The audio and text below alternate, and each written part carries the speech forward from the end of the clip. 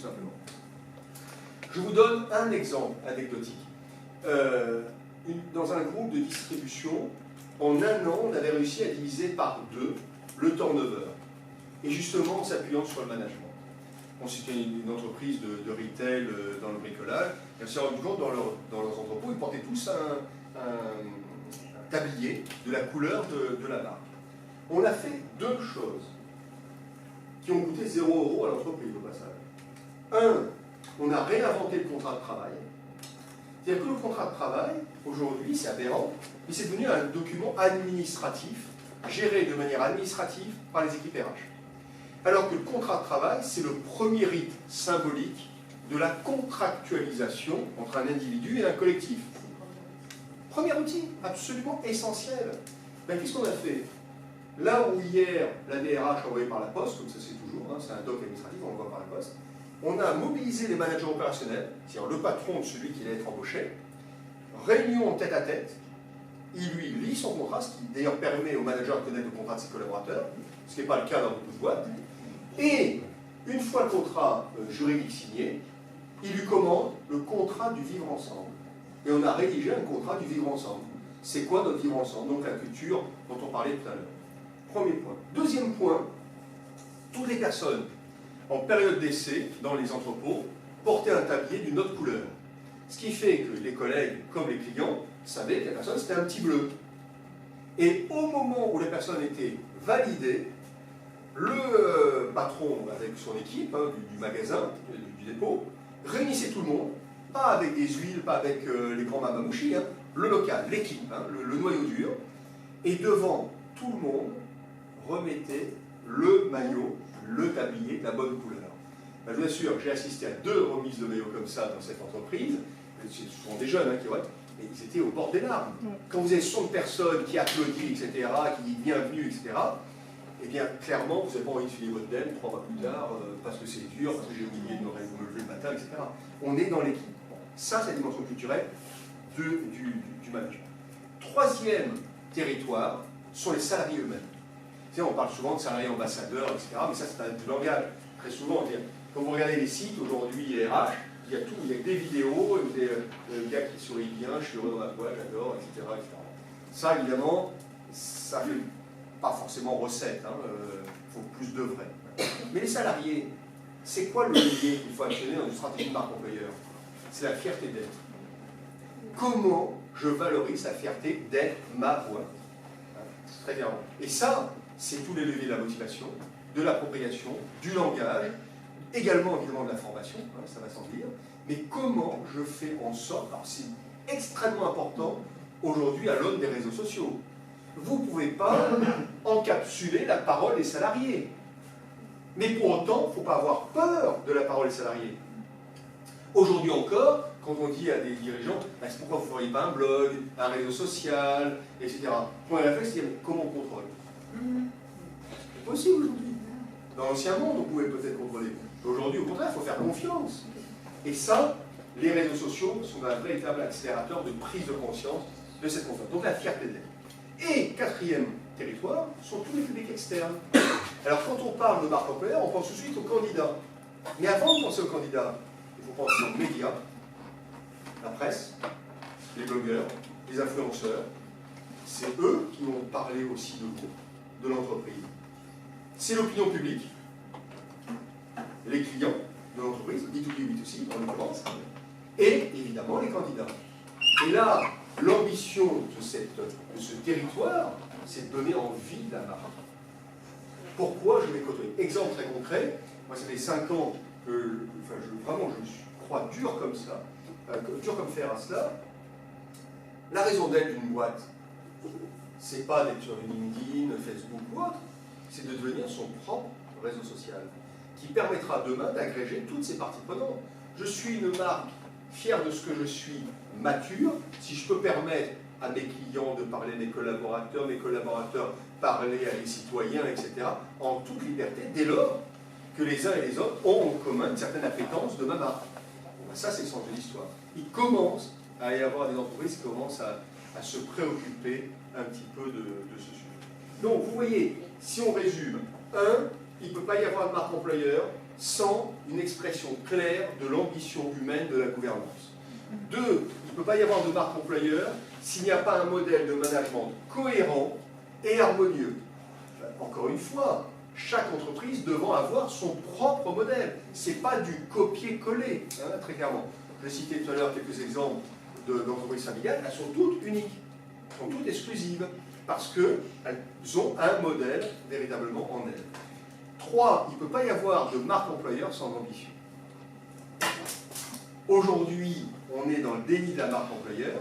Pourquoi? Parce qu'il n'y a pas d'ambition. Il n'y a plus de campagne marque employeur. Ça n'existe pas. Alors, la raison toujours évoquée, marque employeur égale RH, RH égale pas de budget.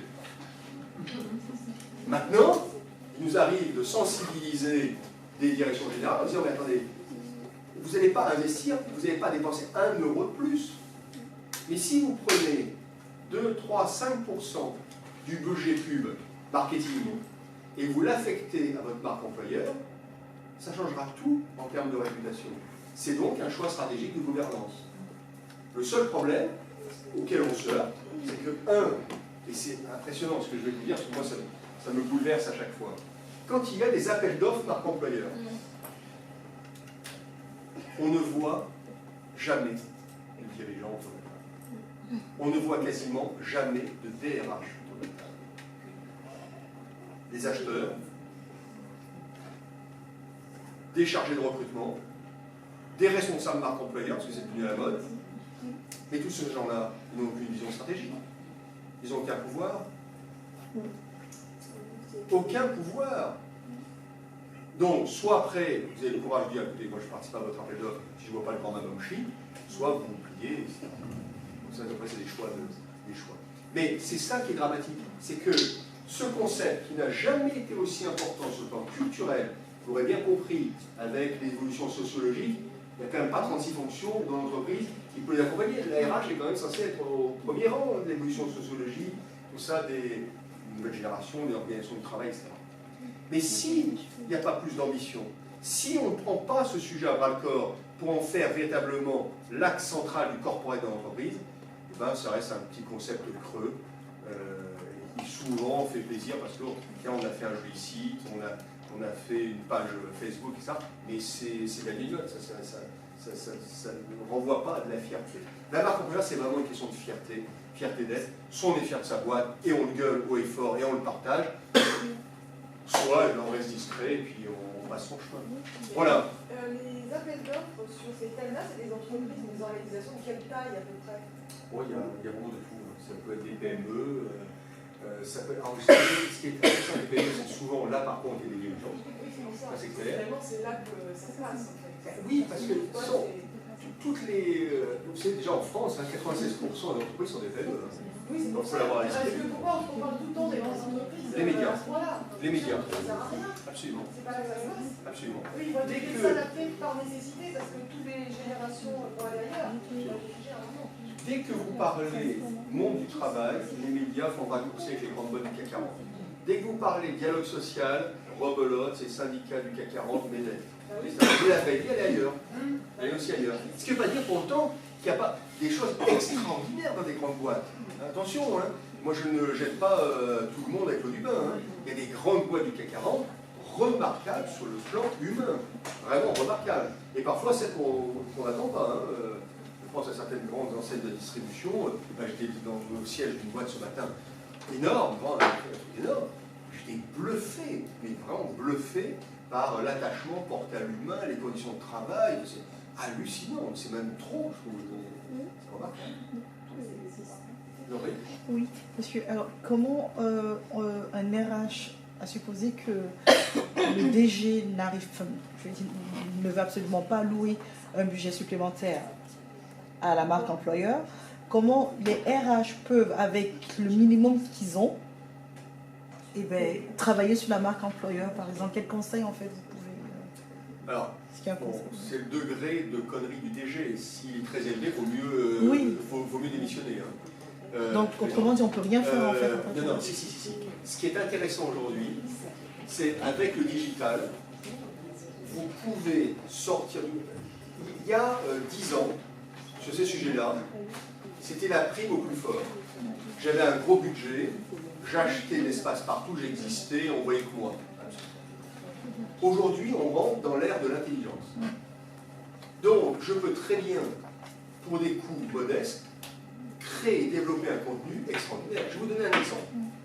Moi, j'ai le plaisir, depuis maintenant 3 ans, de bosser pour une boîte, vous connaissez peut-être, dans la distribution, dans le discours, qui s'appelle Jiffy. Des idées de génie. Cette boîte, il y a 3-4 ans, personne n'en entendait parler.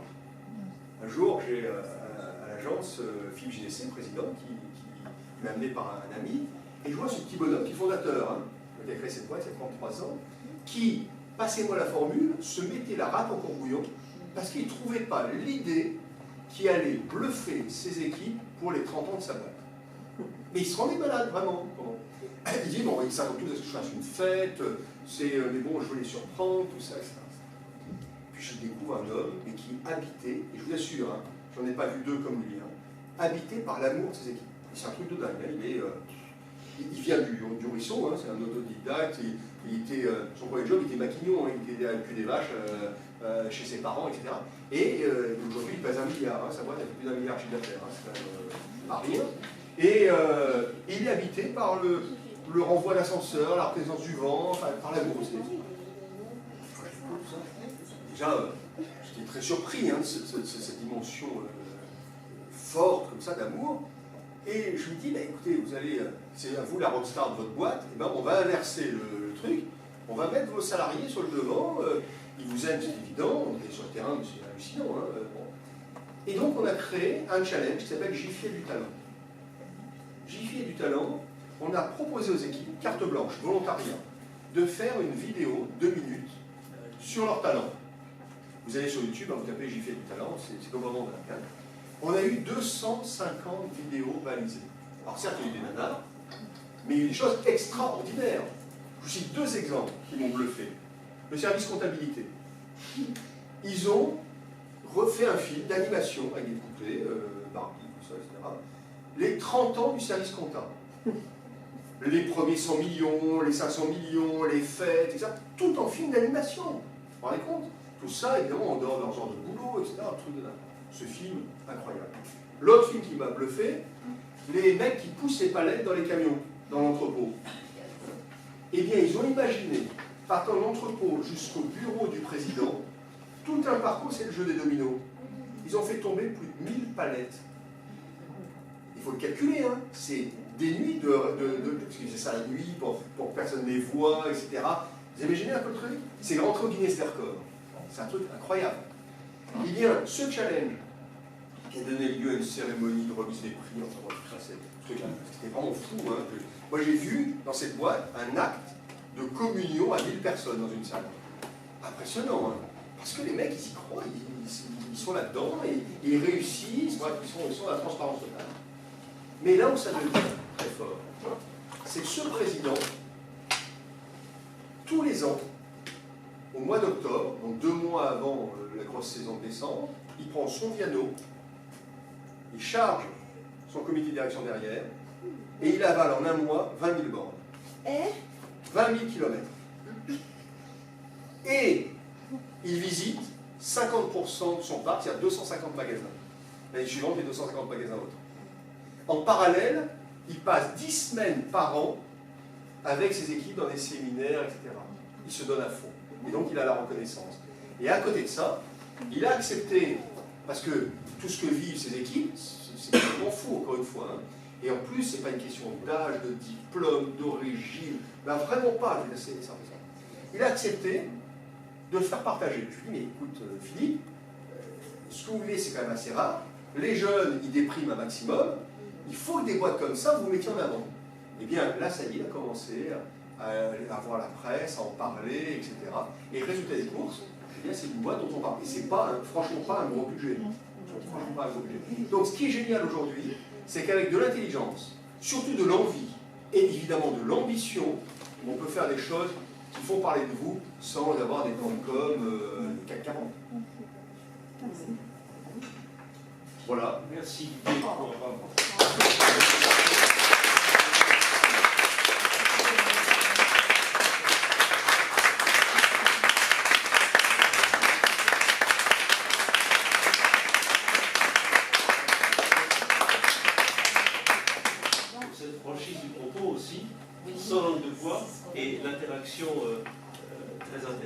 aussi les étudiants et les autres dans cette salle sans langue de bois, et aussi l'expérience. Voilà, c'est vraiment très intéressant. Le compagnonnage, c'était pas mal aussi. Finalement, je remercie encore Didier. Et alors, quelques mots simplement, et puis ensuite, on peut continuer d'échanger autour d'un verre. Quelques mots sur l'activité du CNC. Nous sommes toujours dans des certifications régulières de futurs coachs, de coachs en activité. Nadine a donné encore, Flesman, une journée de certification au CMA, au Comité mondial d'apprentissage, le week-end dernier, samedi dernier. Donc ça se poursuit. J'invite les étudiants RH, la promotion, vous êtes une vingtaine, à vous connecter sur le site, à laisser aussi les messages. On parle de réseaux sociaux, on parle d'interactivité dans la salle. C'est bien aussi que ça puisse se faire sur le site du CNC, sur aussi cette conférence, sur des retours. Voilà, vous avez des codes. En principe, tout le monde a un code d'accès sur l'intranet, mais également sur le site qu'on a. Donc n'hésitez pas, laissez-nous des messages, envoyez-nous des messages, des témoignages, aussi de vos expériences, de ce que vous faites, de votre vision, et on publie sur le site. Voilà ce que je peux vous proposer. Voilà, je vous remercie.